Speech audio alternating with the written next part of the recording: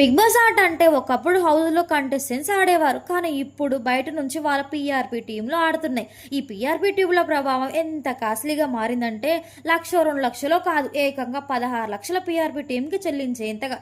ఇది ఏదో నోటి లెక్కలు చెప్తున్నాను కాదు, స్వయంగా బిగ్ బాస్ కంటెస్టెంట్స్ చెప్పిన మాటే ఇది. ఒక్క పోస్ట్ వేసే 1,50,000 25,000 ఏంటి? ఒక పోస్ట్ పెడితే ఇంత తీసుకుంటారా? అసలు వీళ్ళు ఏం చేస్తున్నారు? ఆ పోస్టులతో వీళ్ళకేంటి లాభం? అలా సందేహాలు చాలా మందికి అయితే వస్తూనే ఉంటాయి. కానీ ఈ పీఆర్పీ టీంల స్ట్రాటజీ, వాళ్ళ బ్యాకప్ ఏ రేంజ్లో ఉంటుందంటే వేలు లక్షల్లో ఫేక్ అకౌంట్ క్రియేట్ చేసి లేనిది ఉన్నట్టుగాను ఉన్నది లేనట్టుగాను తిమ్మ తిరిగే షాక్లు అయితే ఇస్తూ ఉంటారు. అక్కడ జరిగేది ఒకటైతే వీళ్ళు క్రియేట్ చేసేది మరొకటి. కానీ జనం అంత పిచ్చోలేం కాదు కదా. వీళ్ళు క్రియేట్ చేస్తే మాత్రం ఏది నిజమో ఏది అబద్ధమో ఆ మాత్రం తెలియకుండా ఉంటుందా అని అనుకోవచ్చు. కానీ వాళ్ళ పీఆర్పీ స్ట్రాటజీలు ఎలా ఉంటుందంటే క్షణాల్లో పాజిటివ్ని నెగిటివ్ని పాజిటివ్గా మార్చేస్తారు. వివిధ అకౌంట్ల నుంచి ఒకేసారి ఆపరేట్ చేయడంతో వాళ్ళు చెప్పేది వేదం చేసేది న్యాయం అన్నట్టుగా క్రియేట్ చేస్తూ ఉంటారు. అంతెందుకు, బిగ్ బాస్ ఒక ప్రోమో రిలీజ్ చేశాడని అనుకుందాం. దాని కింద వాళ్ళకి సంబంధించిన పీఆర్పీ టీం పని పట్టుకొని ఓ కంటెస్టెంట్ గురించి తెగ కామెంట్లు పెడుతూ ఉంటారు. తిరిగి వాళ్ళే లైకులు కొట్టుకుంటూ ఉంటారు. ప్రోమో చూసిన తర్వాత చాలా మంది కామెంట్లు చదువుతూ ఉంటారు. ఆ కామెంట్లో ఒకే కంటెస్టెంట్ గురించి పాజిటివ్ గాను నెగిటివ్ గాను కామెంట్లు వస్తూ ఉంటాయి.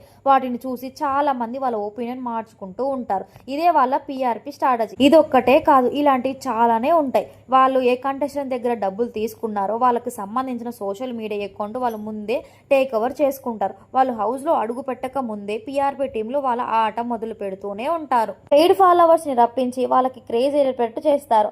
ఆ తర్వాత నుంచి ప్రతి పోస్ట్లోనూ వాళ్ళకి సంబంధించిన కంటెస్టెంట్ గురించే కాకుండా వాళ్ళకి కాంపిటీషన్ గా ఉన్న వాళ్ళపై నెగిటివ్ స్ప్రెడ్ చేస్తూ ఉంటారు. ఇలా ఒకటి కాదు రెండు కాదు, పీఆర్పీ టీంలు చేసే జిమ్మిక్కులు మామూలుగా ఉండవు. ఇప్పుడు ఇదే జిమ్మిక్కులతో Malayalam Bigg Boss season 9 winner అయిన మలయాళం సీనియర్ నటి అనుమోల్ పై విమర్శలు వస్తూ ఉన్నాయి. తాజాగా బిగ్ బాస్ మలయాళం సీజన్ 7 గత ఆదివారం నాటితో ముగిసింది. TV artist Anumol Bigg Boss season 9 ట్రోఫీని అందుకుంది.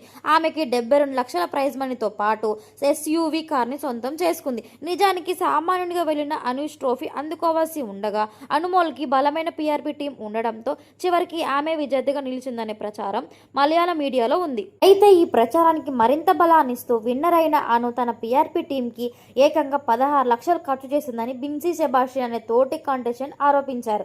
అయితే ఈ ఆరోపణపై స్పందించిన అను తనకి పీఆర్పీ టీం ఉన్న మాట నిజమే, కానీ 16 లక్షలు నేను చెల్లించలేదన్నారు. బిగ్ బాస్ షో గెలవాలంటే బలమైన పీఆర్పీ టీం ఉండాలని చాలా మంది తనకి చెప్పారని, దాంతో బాగా ఒక టీంని సంప్రదించాలని అంగీకరించారు. అయినా తన దగ్గర అంత డబ్బు లేదని ఒక పీఆర్పీ సంస్థను సంప్రదిస్తే వాళ్ళు 15 లక్షలు కోట్ చేసిన విషయాన్ని ఇంటర్వ్యూలో తెలియజేసింది అను. తనని పీఆర్పీ టీం 15 లక్షలు అడిగిన విషయం వాస్తవమే, కానీ తను మాత్రం అంత ఇవ్వలేనని, కేవలం 50,000 అడ్వాన్స్ గా మాత్రమే చెల్లించానని, మిగిలిన అమౌంట్ బయటకు వచ్చిన తర్వాత చెల్లిస్తానని చెప్పినట్టుగా ఇంటర్వ్యూలో చెప్పింది అను. అయితే ఈ ఇష్యూ ఎలా బయటకు వచ్చిందంటే అను బెన్సీ హౌస్ లో ఉన్నప్పుడు వీళ్ళిద్దరి మధ్య టాస్క్ సమయంలో పెద్ద గొడవే జరిగింది. ఆ టాస్క్ లో బయట జరుగుతున్న పీఆర్పీ టీంల గురించి డిస్కషన్ రావడంతో పీఆర్పీ సమయంతో ఆట ముందుకు వెళ్లాలని భావించే కంటెస్టెంట్ పై ఓటింగ్ నిర్వహించారు. దీంతో బిన్సీకి ఎక్కువ ఓట్లు వచ్చాయి. బిన్ని ప్రస్తావించిన 16 లక్షలు ఎక్కడి నుంచి వచ్చాయో తనకి తెలియదని అన్నది అను.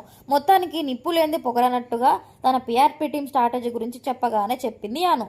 అయితే మలయాళం, కన్నడ, తమిళ్ కంటే కూడా తెలుగు పీఆర్పీ టీం స్ట్రాటజీలు చాలా ఎక్కువ. దానికి తగ్గట్టుగానే ఛార్జ్ చేస్తారు. మలయాళంలోనే 16 లక్షలు అంటే మరి తెలుగు పరిస్థితి ఏంటి?